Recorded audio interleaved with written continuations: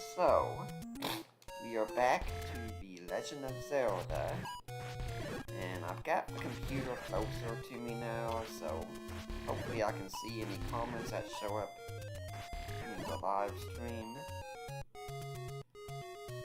But we just finished the third dungeon, and so now I'm going to, before we go to the fourth level, there's another stop we need to make to help out on our journey. But I figure it's also a good time to talk about wisdom, since gamers who play Legend of Zelda know that there are three components ultimately to the Triforce: power, wisdom, and courage. Now, courage doesn't show up until Zelda 2. And power is the Triforce aspect that's held by Ganon. And Zelda holds wisdom. Now, we don't really get that explained much. We don't really explain at all in the first game. It might be said in the instruction book. I honestly don't remember. But since that's going on, you might hear my little kitty here.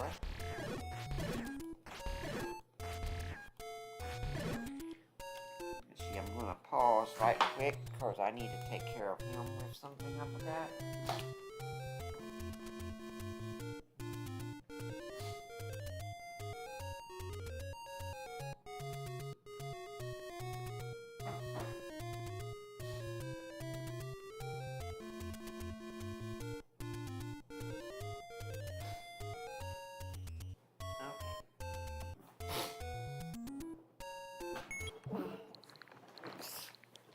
Yeah, sorry about that. I just sat on my controller when I got back.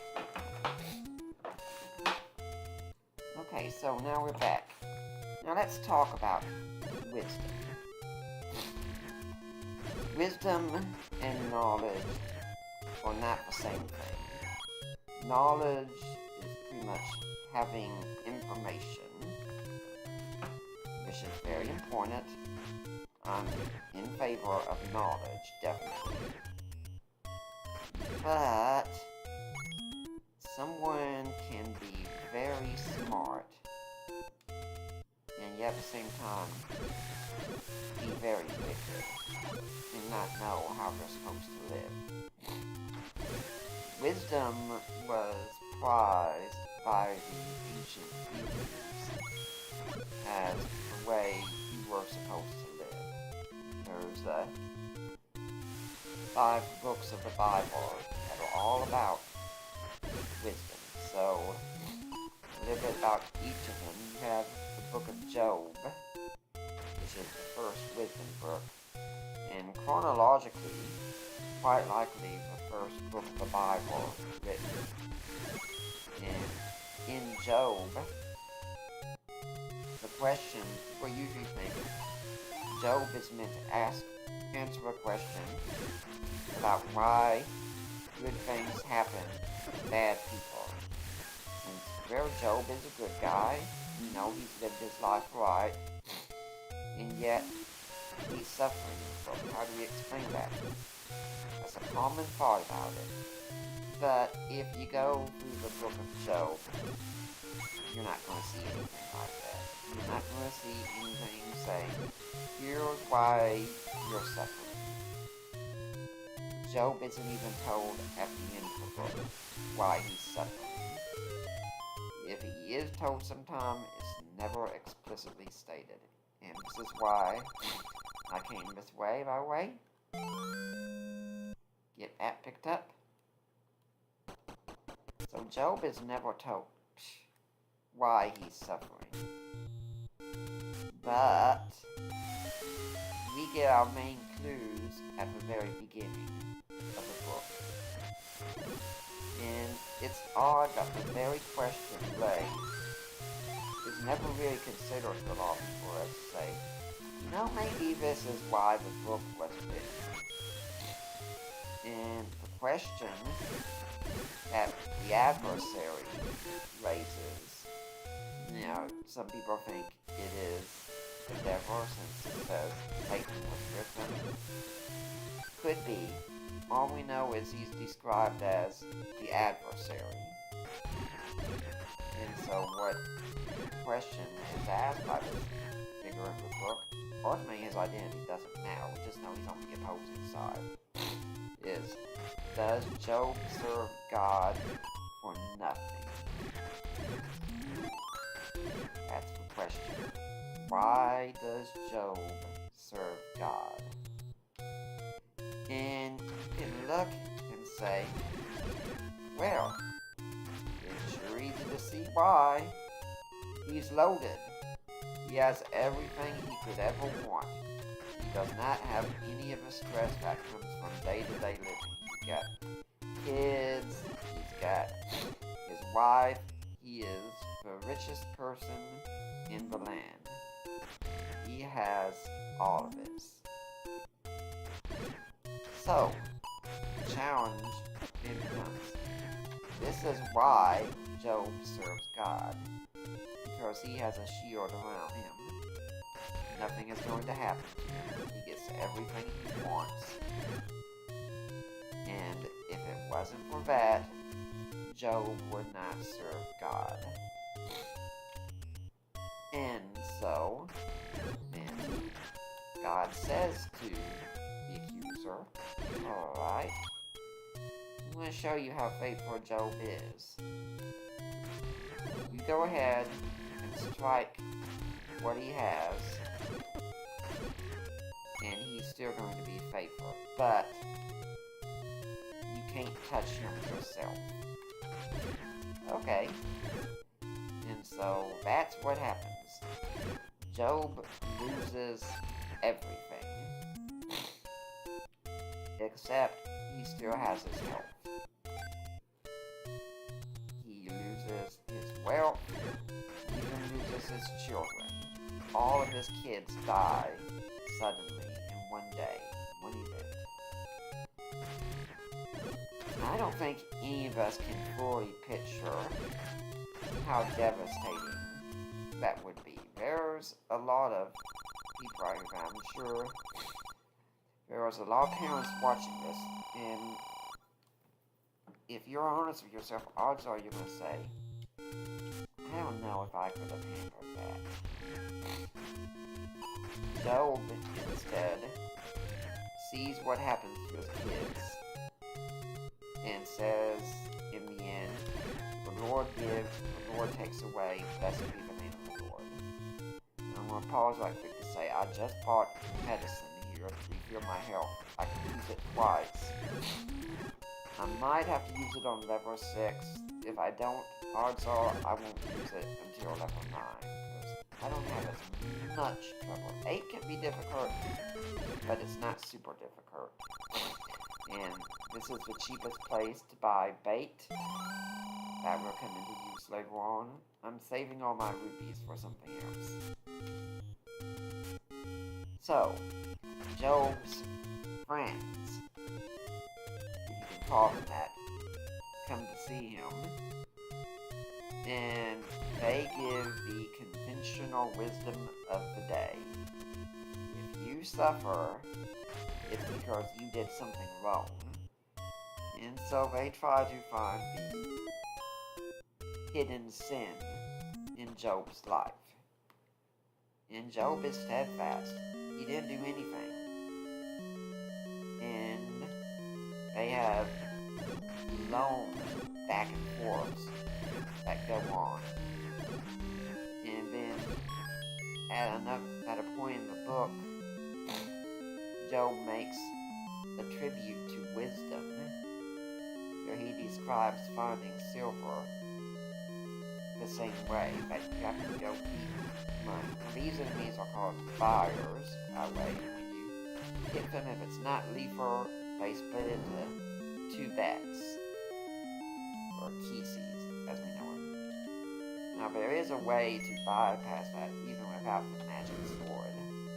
I'm going to show you what that is. I don't plan on doing it regularly, but just because it's a fun thing. for bombs, you can bypass that. And maybe I will give us a bit more since they give bombs if you kill them. But the whole idea is that, see, if you don't kill them the right way like that, they do come back every time. Same thing would apply to souls from level 3. The idea was that wisdom is just as difficult to gain as mining or silver is. For me, thus, we don't know what that's like, but if you're a miner, you have to go deep under the ground and dig really hard to find what you need. There's a reason people die in the process of mining. And Job compares this process to gaining wisdom.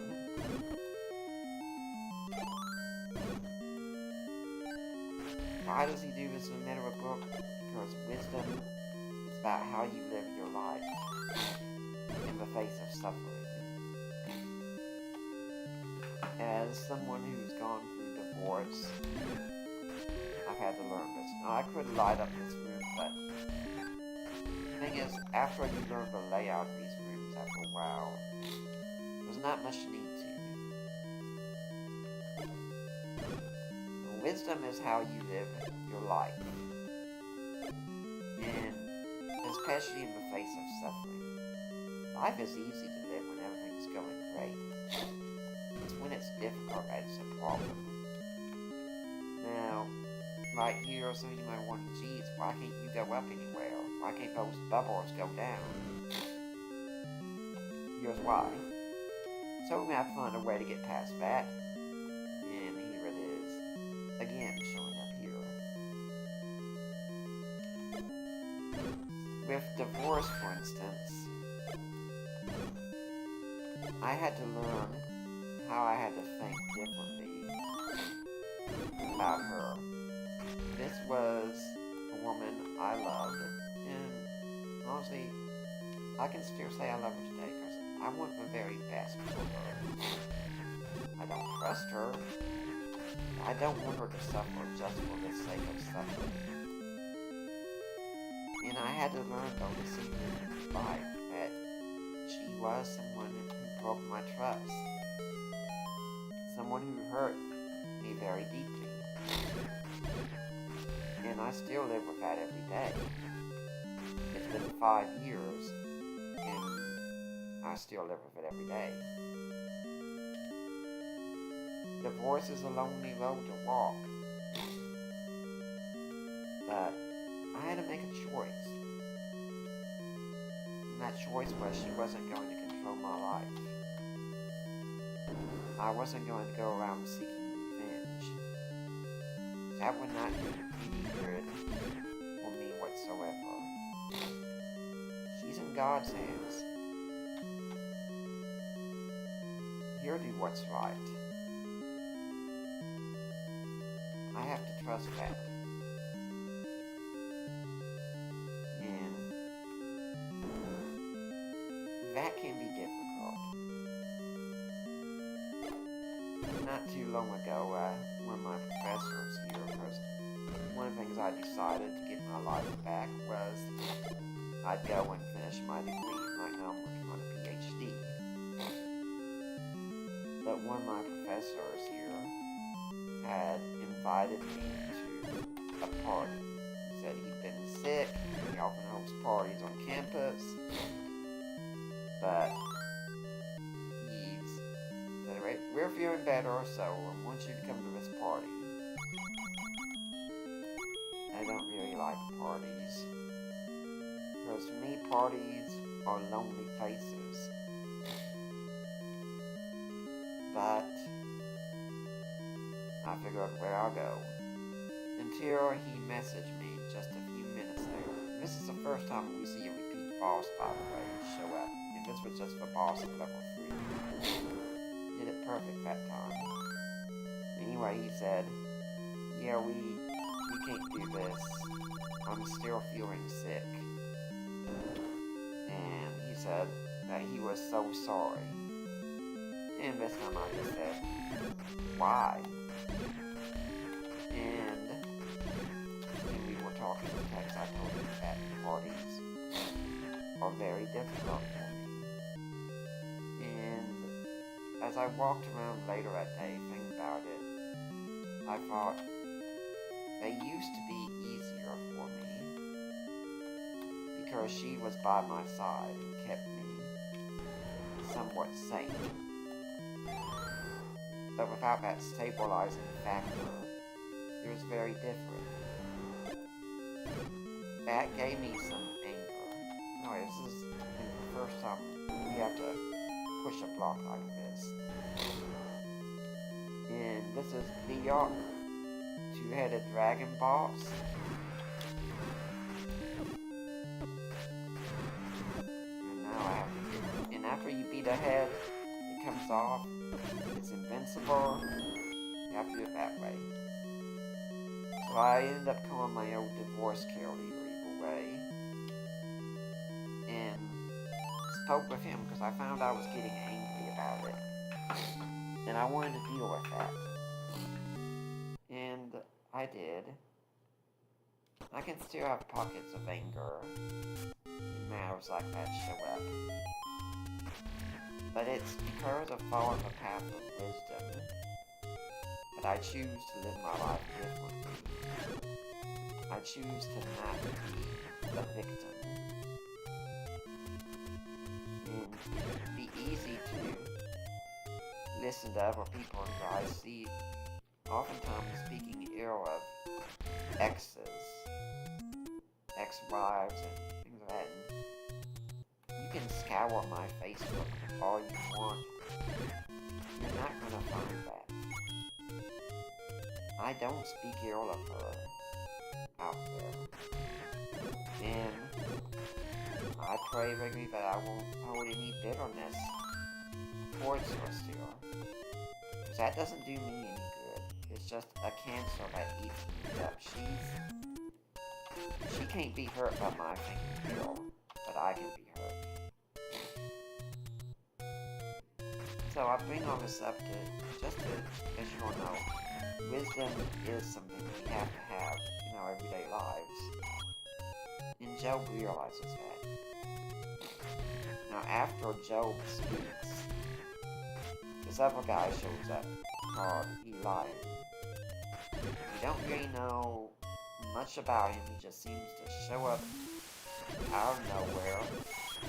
He's a youngster and is mad because Job's friends haven't been able to answer him.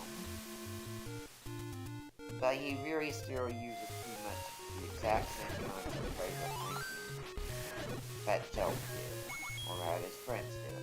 Sorry about that. But God doesn't hold him to account. He just said because he said, this guy's young, the older one should have known better. Maybe. But after Eli speaks, God himself shows up. You know, are the friends there with Job at the time? Maybe. We don't know. Maybe someone who's a Hebrew scholar or look at the book more could tell me that. But God shows up to Job, and he never once says anything about what's happened in Job's life. But he does call Job to account for a bit. Now I'm going to tell you that why I went ahead and got that part there of just needing extra life. He does call Job to account because one could say there was some arrogance in how Job spoke. Job was innocent, doesn't mean he was sinless, and he did tend to speak and try and call God to account. Despite that, God does say at the end that Job spoke rightly of him in a sense, while Job's friends did not speak right, and they actually have to go and make atonement before Job for the things they were saying. in the end, Job does repent of everything he said because he realizes the grandeur of God. I'm going to try and find the right place here to get where I want to go. This could take a few times because I don't know the secret.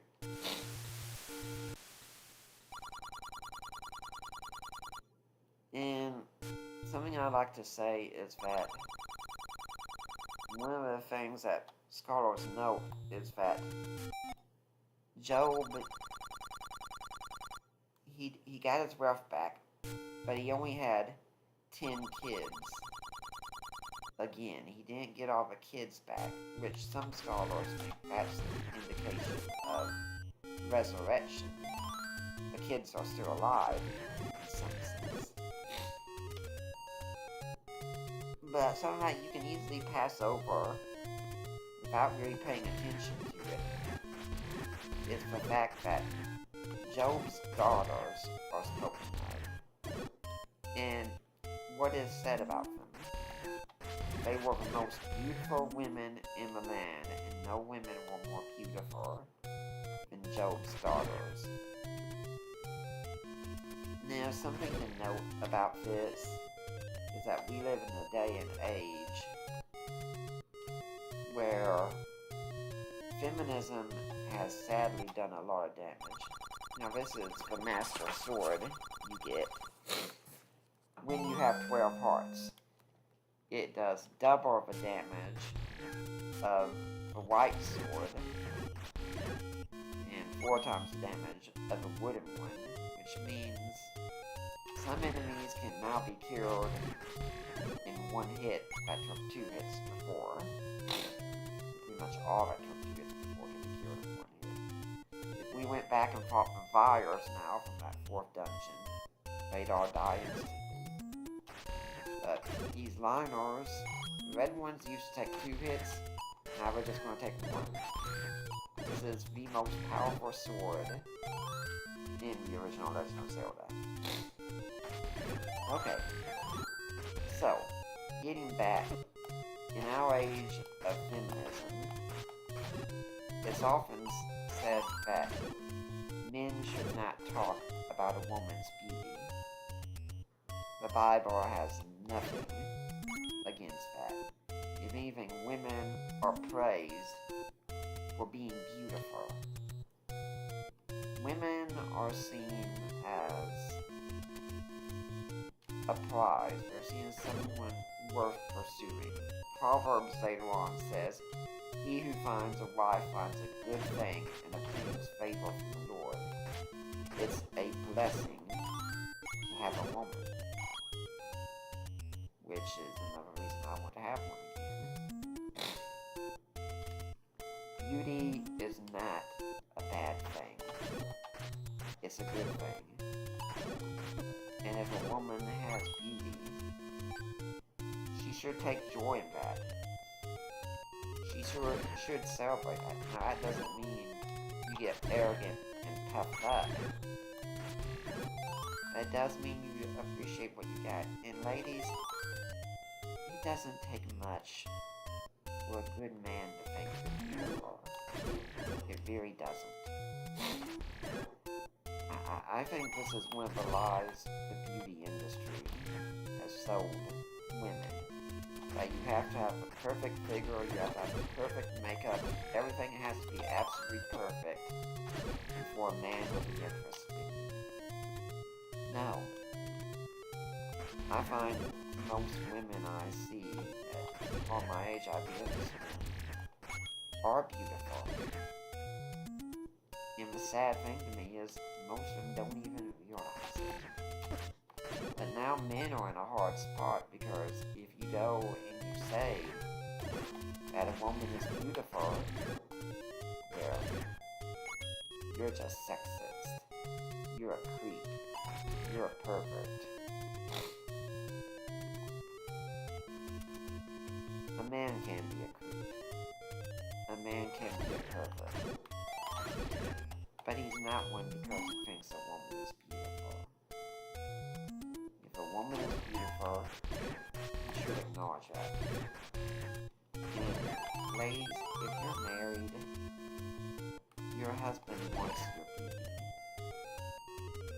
Trust him. When he gives you a compliment, don't tell him you're just saying that.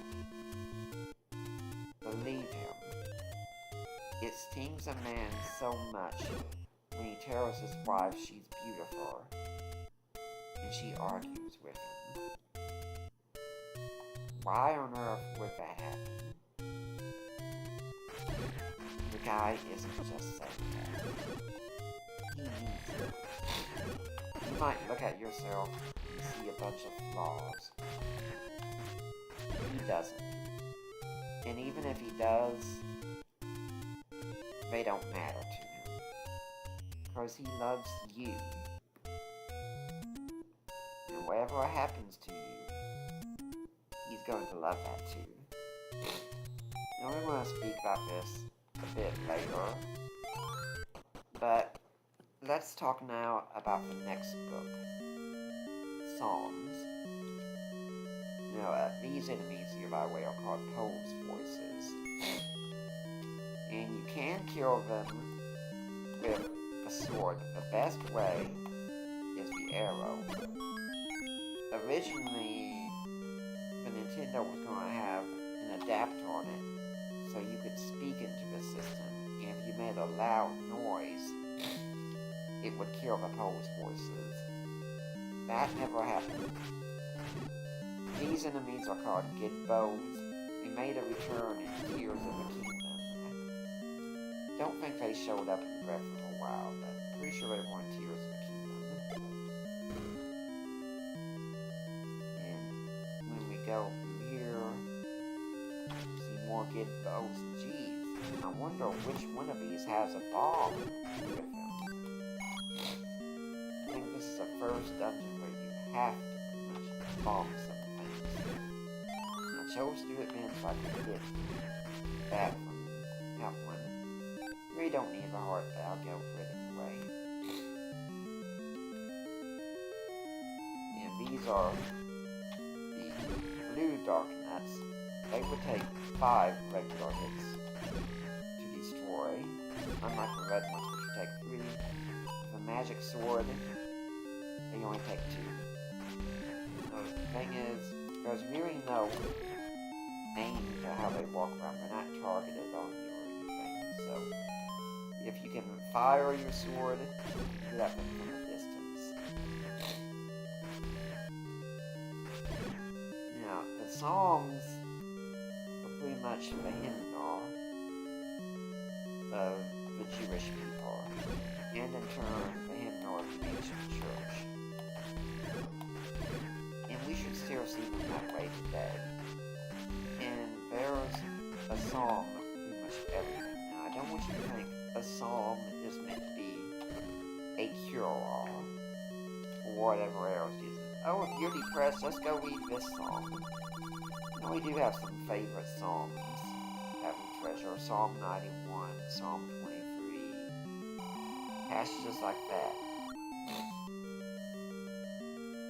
But the very first psalm starts talking about walking in the way of the righteous. Now, I also want to show you all here that this block can't do it, okay? So you might think, oh, there's nothing here. But what we're going to do is fight. Like, blocks like that are a great place to go. You have to get because once they push up against it, the underside like that, it's an easy hit because they have to go one way or the other. You can get it at just the right time, easy hit. The first song asks about walking in the way of the righteous, which is about wisdom. The purpose of the song is to guide you into wisdom, ultimately. This item is the whistle, sometimes known as a recorder. I can't show you what it's mainly used for until we get back to the overworld, but it serves another important purpose in this dungeon. The Psalms are there to praise God, but also to ask for help, say against the forces of an enemy, or in times of sickness, for help. There's also Psalms where the person is depressed. Psalm 88, I think, is one such psalm, which, if it's the right one without, it could be the most depressing psalm, maybe even the most depressing chapter in the whole Bible. And the psalmist is very real. He would practically accuse God of any number of things. By the way, you all probably noticed, after spending those 100 rubies, that I can now carry 4 more bombs maximum for a total of 12. That's why we save rubies and hold on to them. The psalmist, it's not all rainbows and kittens for him. He admits that life is hard. And what he doesn't understand is where is God in that suffering. Now here's the dongos back again. Yes, I'm being a bit haphazard with things here. It's alright. I'm hoping I can get another effect to happen. Hey, if you do that just the right time, you can kill them with a sword swing, and they will always drop bombs. Always. Now, I know this path is a dead end, but I'm a completionist. You can go back that way, but these guys are easy to beat. These horses, I guess you could go back that way after you finish it. My bad. Anyway, the psalmist is real. It's not like you're going to fool God. You can't go to God and say, hey, everything's going great, and he won't know you're making it up. You might as well be real with God. He's a big God, he can take it. And since I hold to divine impassibility, it's not like you're going to hurt God's feelings or something like that. God knows what's going on. And even if he doesn't immediately deal with the issue, we'll go back another way just to get that map. Even if he doesn't immediately deal with the issue, he is still there. And talking to him can often help you release whatever you're dealing with. Now, what else I want to talk about in the Psalms, or what's known as the imprecatory Psalms. There's even a book I've heard the title of. I haven't read it, but it's got such a funny title about these. They're called Cursing with God. And we often struggle with this one, because they often come like, God, I hate my enemy, please kill him. The thing I can appreciate about these Psalms, though, actually, is the psalmist is still honest. And we could even say sometimes it probably is appropriate. There are evil people out there, and it's understandable that we want them to be removed. Think about evil people in the past, like your Hitlers and people like that. Even in World War II, living in that time, I'd say you really wouldn't complain if God decided to do something to take care of Hitler. It doesn't mean you don't want redemption for people, but it means you acknowledge the evil.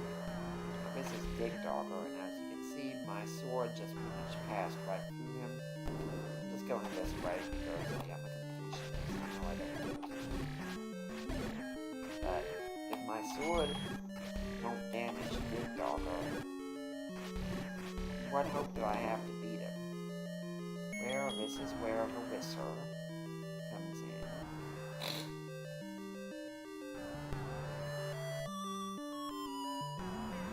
This makes it when you can damage and boom, over just like that.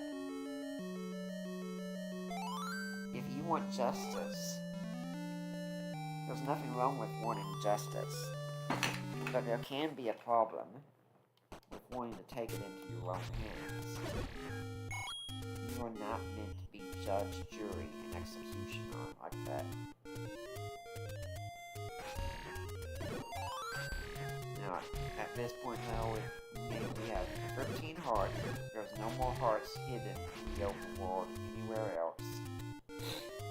So we're just going to try and go through as many levels as we can, as quick as we can. Yeah, I might stop at level 69 and save 7 through 9 for the final round to talk about power, perhaps. But, getting back to the imprecatory psalms, it's all honesty. It's all about coming before God and being honest about what's going on in life.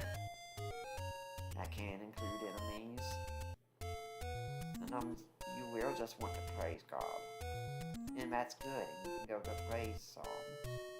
Sometimes there's hard things. There's other psalms for that. Now the next book to get to is Proverbs. And Proverbs is all about wisdom and how we are to live our lives. The thing is, this could be one of the sadly most neglected books in the Bible. And our lives would all be a lot better if we would just learn to pay attention to what this book has to say. There's things about finances, there's things about work, there's things about marriage. Anyway, this lever here is one of the most hated levers. And those guys are the reason why. The Wizros. The orange ones, yeah, they're not so bad. But when we get to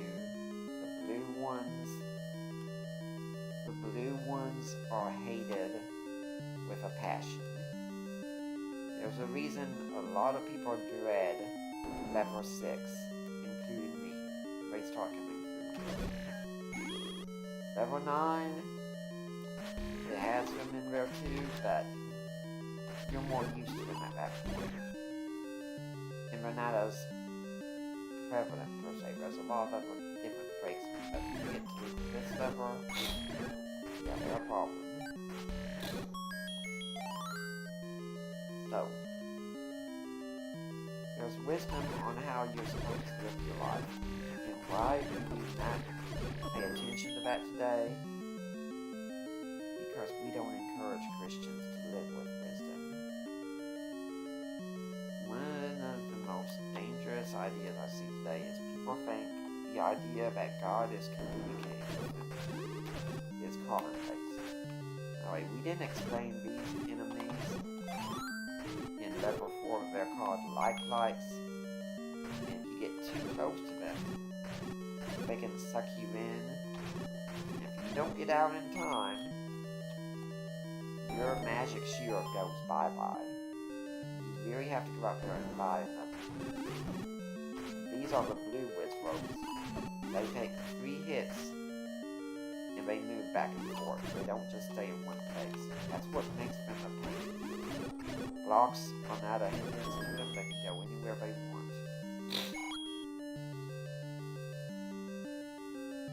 You don't have to beat this guy, but he's here. So I'm gonna beat him. You notice he doesn't take as much damage this time, because I've got the magic sword. So, anyway, people have this idea that God is supposed to communicate with them regularly. My sheep hear my voice. For everyone who was in the audience there heard Jesus' voice that day. What's it really talking about? I think it's talking about God and salvation in some sense. No one interpreted the verse that way it's interpreted today until we got to modern times. Okay. Now here's what the medicine does. And I hoped I wouldn't have to use it in this level, but I did. You notice it turns blue now, so I've only got one more use of it. And I'm going to switch to the bow for now. This is the item of the dungeon. This is one item you never have to get to finish the game. There's no boss that's weak to the wand.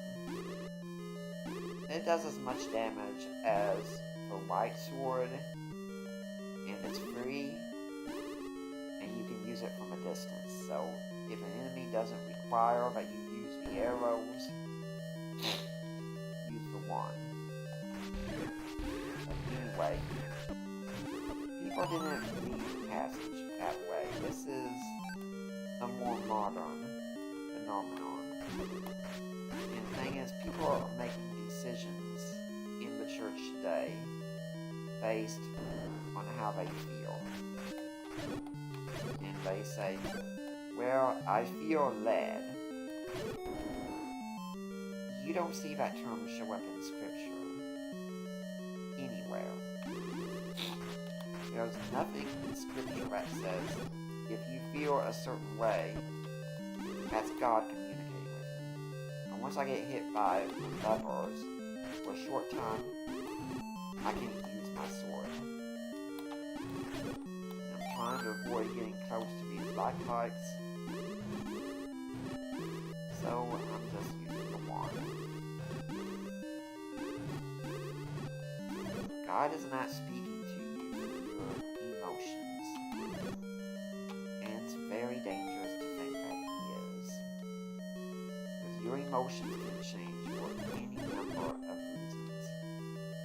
They do not have divine authority in any sense.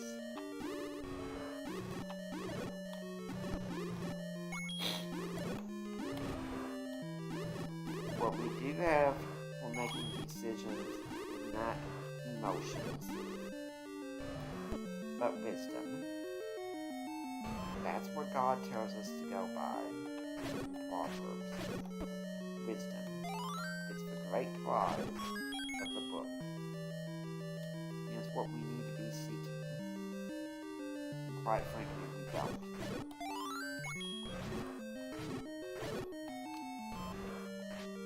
By that sound, you know the boss is up ahead.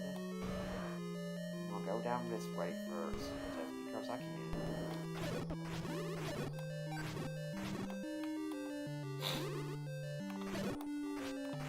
I try and find patterns through this ropes, it just doesn't always work. Now, the boss is Goma, which Goma is a staple of this Zelda game. Earth appearance here. Here's how easy it is. There. Done. Apologies for my allergies, by the way. Go read Proverbs. And let's talk about one area of marriage. Proverbs does give you indications for the kind of spouse you should marry. But one more important thing is not think about what kind of spouse you should marry. As important as that is, people think about a lot more about what kind of spouse they want to marry instead of what kind of spouse they're supposed to be, which is something you have more power over. Let me show you all briefly what the wizard does in the overworld. Sends a whirlwind, and it will take you to the entrance of a dungeon that you completed. That one wasn't much help. that I faced up that time took me back to level 1, which is where I wanted to go. Level 1 are free, but 1 will do.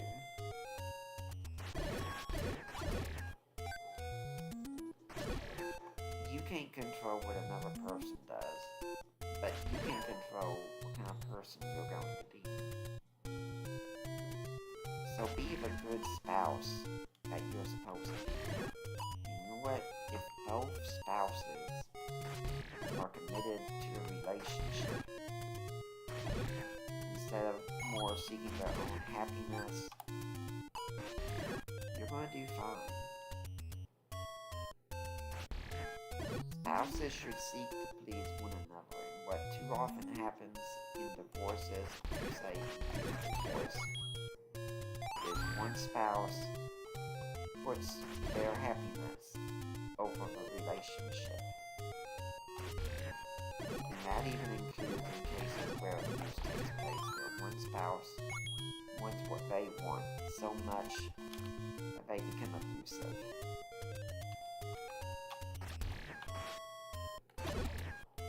Good to one another. Love one another. Seek to please one another. Give each other the benefit of the doubt. Yes, we're going to have arguments. We're going to have fights. It's okay. But argue well. And what you'll notice right there's a fairy there. Just like there are in many lake areas in the game. So when we come here, there's no fairy. Play the whistle here. This is what you get. So, what me as I was saying, argue well. Imagine trying to give the other person what you want. I think many of us who are married or have been married know there have been times we've had zingers on the tip of our tongue. They would have won the argument, they could have destroyed the relationship in the process. Hold back. And once you bury the hatchet, leave it buried. Especially ladies, do not bring up past mistakes your husband's already apologized for. That puts him in a no-win situation. And it really shows him you can't trust him. And also, please don't use intimacy as a weapon. And guys, do your part to help out the women in your life. Wherever they can, wherever you can do, treat them like a queen. Honor them. Cherish them. Well, Proverbs then, we move on to the book of Ecclesiastes. Now, I recently did a PhD paper on the topic of Ecclesiastes. Ecclesiastes is not an easy book to understand. I used to go to it as well when what was going on. In this study that I did opened my eyes. So I think I have a much deeper understanding of the book nowadays. Anyway, I want you all to remember I'm not using a guide at all as I go through this game. Nor did I look up secrets of Legend of Zelda before I came back here. Everything I'm doing from memory, of having gone through this game several times and just knowing it well.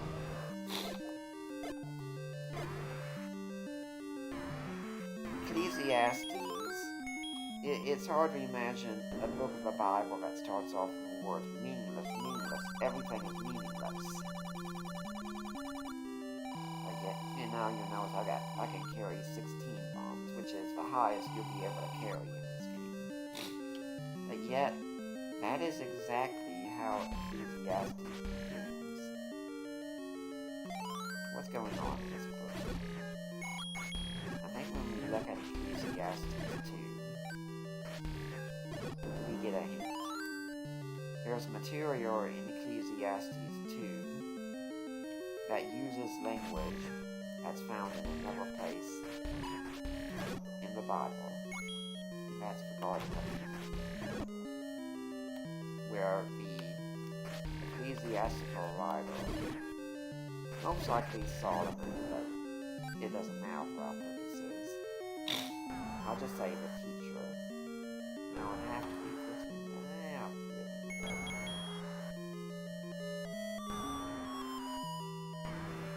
This time he splits into 3.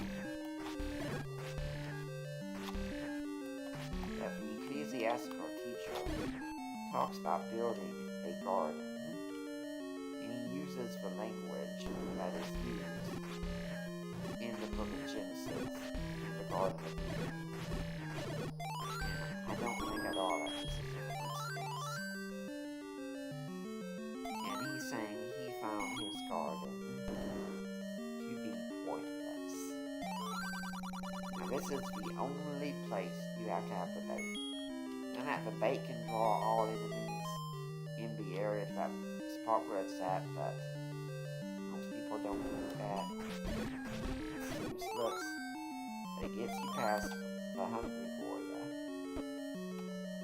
By the way, that Hungry Goria is the name of a great YouTube channel to check out. And I also encourage you, I've got his link in the description of this video to check out my friend Fortifier. Got no where now.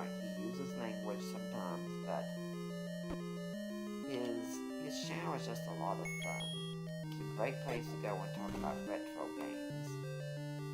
Didn't have enough keys for that one there. It's not going to be a major problem. It's a great place to go and talk about retro games and watch videos that, just so you know, yes, there is language that can be clear, but he's always treated me well, and I'm a part of his Discord, so it's all good. Anyway, so the ecclesiastical writer has the garden that is meant to be pleasure central, as it were, and it doesn't work. It's meaningless to me. And I think this is the clue to what's going on in the book. Now, if you notice in the map, this area looks like it shouldn't be here, but it is. And here you find the treasure of this dungeon, which, yeah, I'm getting it for a second completion, but at this point it's kind of like, well, a lot of help that was. I kind of wish it had shown up in the first level instead. This is the red candle. It is pretty much identical to the blue candle, except you can use it repeatedly. You can have no more than 2 fires at a time, but you can use them.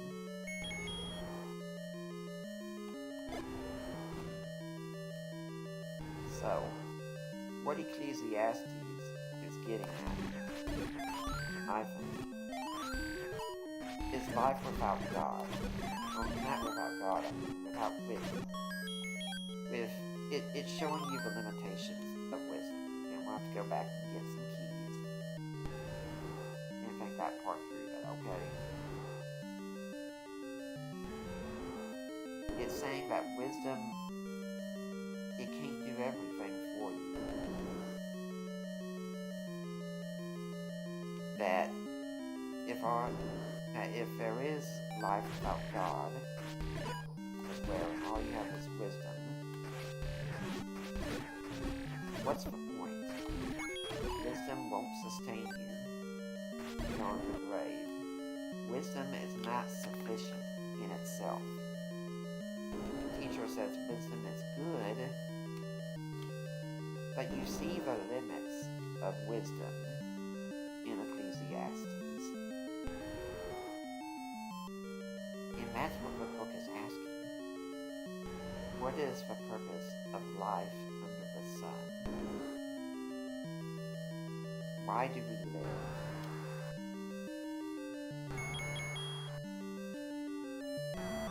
Good questions to ask. Questions we don't ask enough. Now, if anyone wants to see the paper that I wrote, just get in touch with me. I'll be glad to send it to you. And as much as I enjoy playing games here, if all you have is play, you're going to miss out on a lot of life.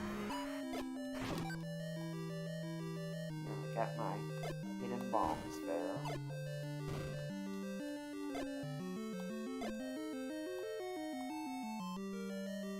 And if all you do is work even, you're going to miss out on a lot in life. Now this room is a puzzle for a lot of people.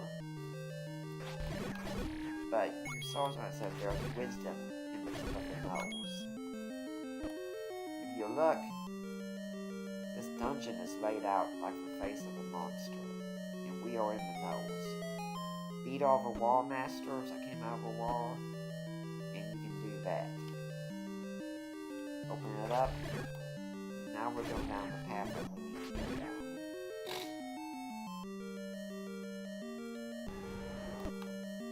It's easy to be a workaholic, and you're not going to find joy in that. Because everything you do, it's the old saying, he who dies for most toys still dies. Now our boss here this time, first boss is just as easy. If anything, he's easier because we're more powered up this time. And if all you do is live your life and play, you haven't done anything either. Your descendants could be fools for all you know, and all the wealth that you've done, all the reputation you built up, would come to nothing. What's the point then? And that's what we have to ask. What's the point?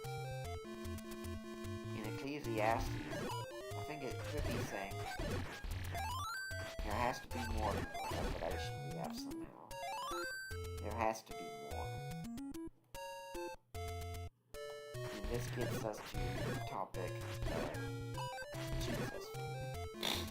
But we're going to save that for just a little bit later.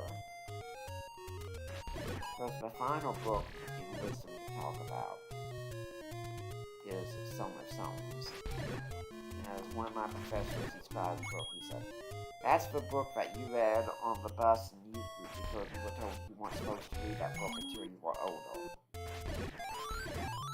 We often hold back many times in talking about the physical body in Christian relationships because you're not supposed to care about how they look. Their character is most important. And yeah, that's true, but Song of Songs says, hey, how they look is pretty darn nice too.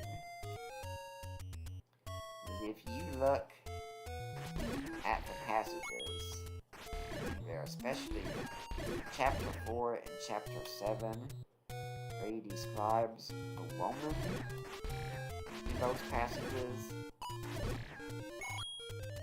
yeah, he's not holding back. He is outright explicit about what he loves about the woman. Most of what we see in that passage did make many of us blush to read that.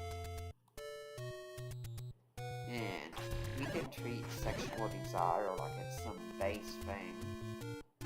The Bible has nothing like that. This is in many ways one of the most obvious dungeons to find. it could be one of the first dungeons you find in the game. Period. You're just exploring and you have a candle and looking. Whoa! Level 8! Gosh, I am way too early for this one. But this dungeon has 2 items. And one of them is non-essential. And while technically you could say the other one is non-essential, it sure is helpful. Now, the Bible does not treat sex like it's a bad thing. Sex is a very good thing in the Bible. But Scripture says to not awaken love until the proper time. It's meant to be saved for marriage. And keep in mind, I say that as a divorced man. And if I thought there was a real loophole to that command somehow, I'd take it. But there isn't. I have to live with that. I have to look and say, yes, sex is a good thing, but if I want to have it again, I have to be married first. In my way, especially for you men out there, I know more and more women are struggling with this, but that means you avoid pornography. There is no good that'll come from it. By the way, this item, it's called the Magic Book over here, because Nintendo tended to want to avoid religious connotations in the game. But in Japan, it's known as Bible. And what does it do? Well, when you use a wand, fire comes at the end.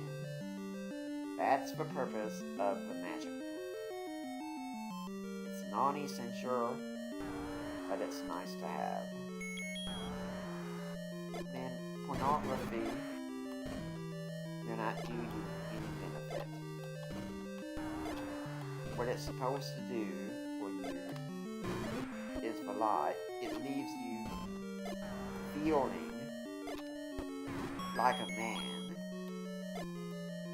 without having to make the effort of a man. You know, talking to actual women. And if anything, it can damage your sexual response. Because you're so used to getting aroused easily just by a picture that's ultimately fake,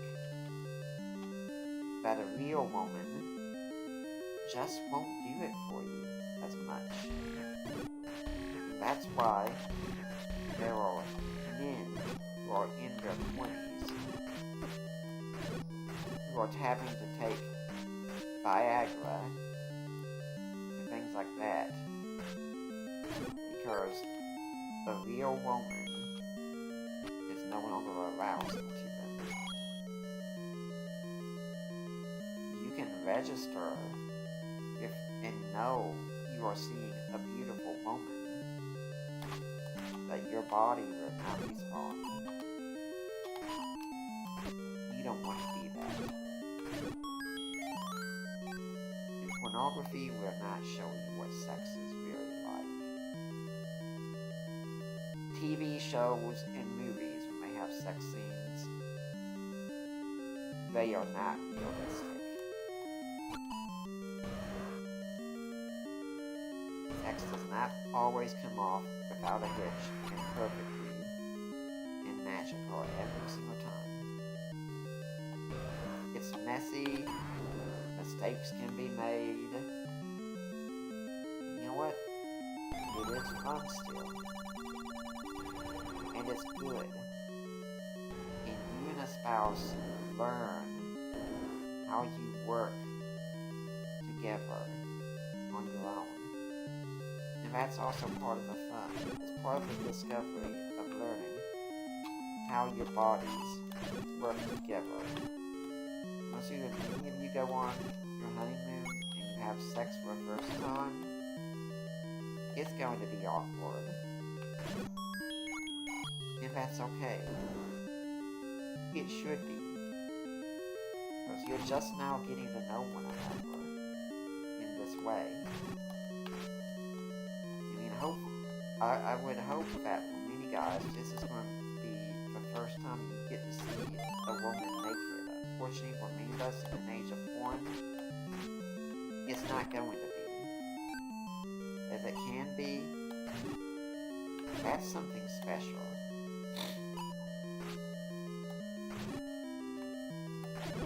Guys, do not watch porn. And ladies, if your man is struggling with porn, help him.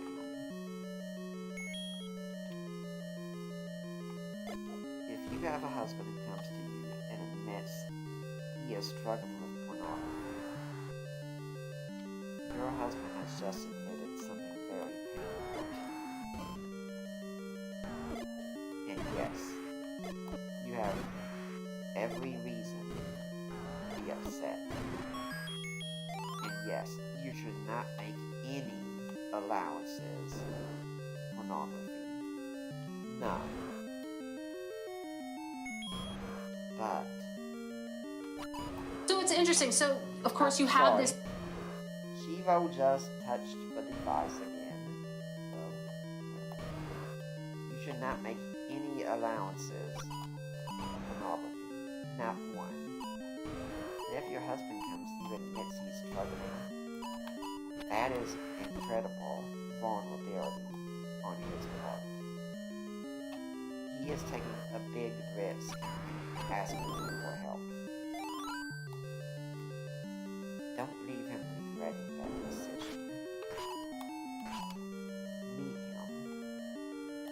Work with him. Celebrate his victories.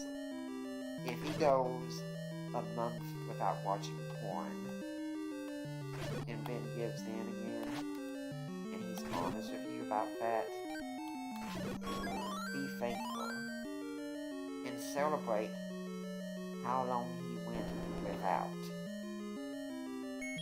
Because that is a victory on his part. See, okay? Next time, let's try for 2 months. Do whatever it takes. Encourage him to come out. Because if he wants to be a better man, he wants to be that man for you. And that's something you should treasure and honor.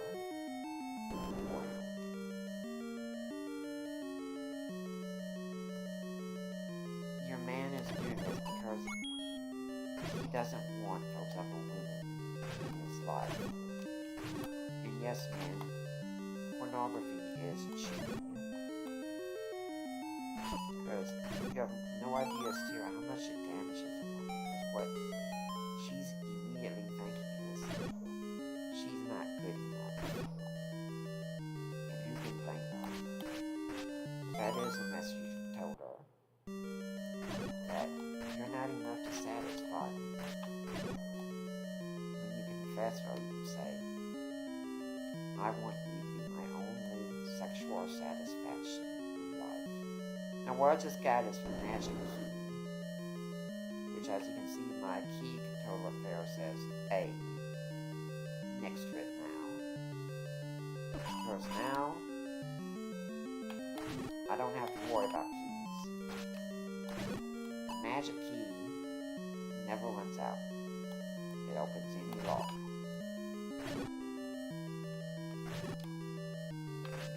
And my echo is going to go off soon. There it is. Nick. That's a reminder I have every night because I do take medication. After I finish this dungeon, I will be stopping tonight. Then, tell your wife she's enough. You only want her to be your satisfaction sexually in this life. Cut out porn. Be a team together. And if it's for wife who struggles, then treat her the same way. Celebrate her victories. This lady's pouring lies to you too. And ladies, you do not have to look like a porn star. You definitely, don't go out with anyone who's got an OnlyFans account. Because, ladies, you're better than this. You don't need to sell your body. What you do with an OnlyFans is tell anyone out there that your body is a commodity that's available to buy to anyone who pays you, anyone who opens their wallet. No. You are worth more. You are worth a lifetime commitment. Don't settle for less. Don't lower yourself. See, the moment you have sex with someone, you are determining how much you're worth. Are you worth dinner and a movie? A month? 3 months? 6 months? Engagement? Or do you say lifetime commitment required up front? And strive to avoid divorce unless cheating is taking place or abuse. There are some sad times, but divorce should be your last option. Now, one last thing I want to say on this also is when we get to the New Testament, we see the person of Jesus show up. And Jesus is actually the manifest eternal wisdom of God. That's said explicitly in 1 Corinthians 1:24.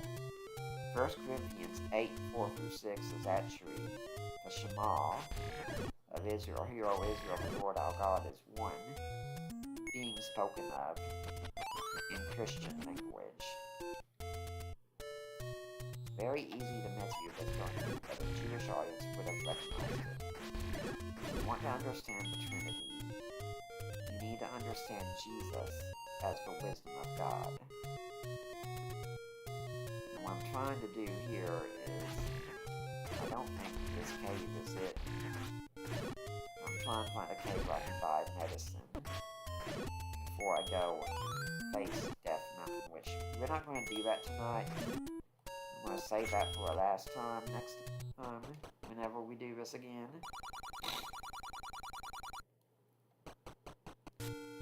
But if I have all the medicine, and you can see, I've got the maximum number of hearts too. But Jesus is God's wisdom, and that's a great way to understand the doctrine of the Trinity. Now, some of you might say, where the Trinity is, where wisdom, I mean, it's female in the Proverbs.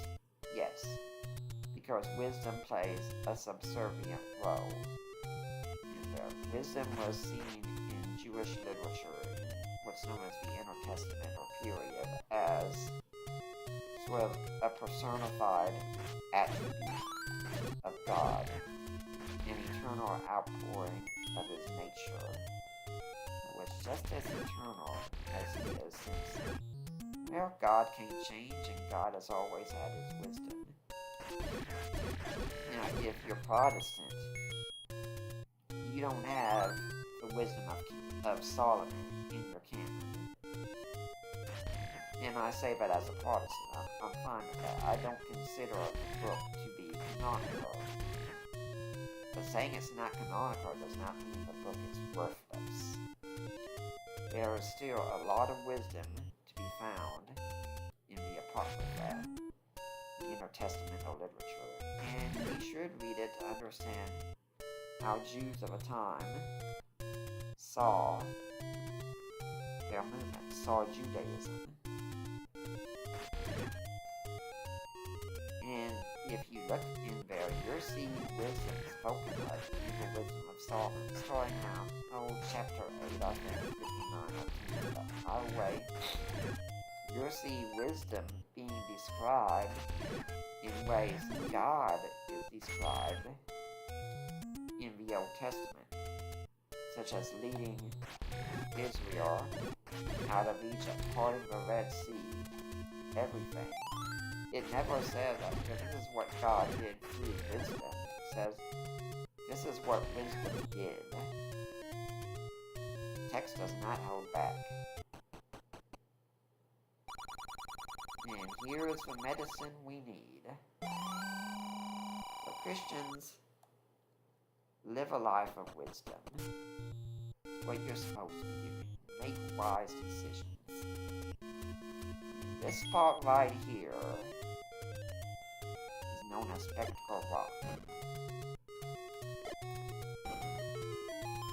when we come back next time, we will be going through the final lever. And I'm going to talk about power some. That one. But for now, I'm Nick Peters, the Gaming Theologian. Please like, subscribe, join my Patreon, and I affirm the virgin birth. See you next time.